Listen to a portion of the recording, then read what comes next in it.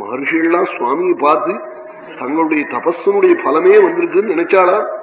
வந்து பார்த்து தங்களுக்கு ராட்சசர்களால ஏற்பட்ட குறையெல்லாம் சொன்னாள் ராமனிடத்திலே. உடனே சுவாமி ராட்சசாலாம் நிகிரகம் பண்றேன்னு சொல்லி முதல்ல விராதன வதம் பண்ணினாள். சரபங்காஷ்டமம் சென்று சரபங்கருக்கு திவ்யகதியை கொடுத்தாள். சுதீட்சணாஷ்டமம் சென்றாள். அங்க போய் அவருக்கு அனுகிரகம் பண்ணினாள். அகஸ்தியாஷ்டமத்துக்கு போனாள். அங்க வசிச்சாள். அகஸ்தியர் பரம சந்தோஷப்பட்டு ராவனையும் சீதையும் லட்சுமணையும் உபச்சரிச்சு சாயங்காலம் வந்தாளா.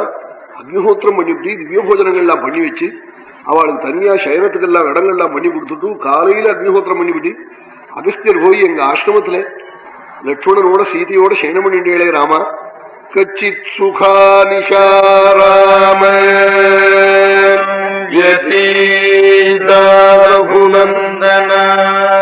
சுகமாராத்திரி சொன்னா நித்ர வந்துதான்னு காட்டாளாம் அகஸ்தியர். அதுக்கு என்ன பதில் சொன்னாள் சுவாமின்னாள். அதாவது அஷடா இருந்தா என்ன சொல்லும் தெரியுமோ, இன்னொரு மோட்டார் வச்சிருக்கணும் சார் நீங்க கணத்துல ஜலம் எடுக்கிறதுக்கு. ஒரு மோட்டார் போறாதான் இவன் பண்ற ஸ்நானத்துக்கு. இப்படிலாம் எதையா புத்தம் சொல்லுவான். பண்ணிருக்கிற காரியத்துக்கு எதையாவது அதுல போய் ஒரு குறவு சொல்லுவான். ஒரு கொசு கடிச்சது உங்க காத்துல ராத்திரி படுத்துட்டேன். சுவாமி என்ன பதில் சொன்னாள் வால்மீகி. எங்க அப்பா தசரதன் அயோத்தியில சரையூ நதி கரையில நானும் சீதையும் சயனம் பண்ணிக்கணும்னு ஒரு அந்தப்புறம் கட்டியிருக்காள்.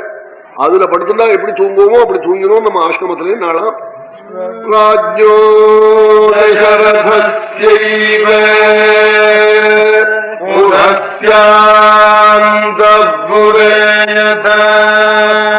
கேட்டு சந்தோஷப்பட்டாளா அகஸ்தியர். ஜென்மாவே சபலமா போயிடுச்சு. நித்திய தம்பதிகள் வந்து நம்ம ஆசிரமத்துல சயனம் பண்ணிட்டாளேன்னு பஞ்சவட்டியில போய் வசிக்க முடியா சொன்னாள்.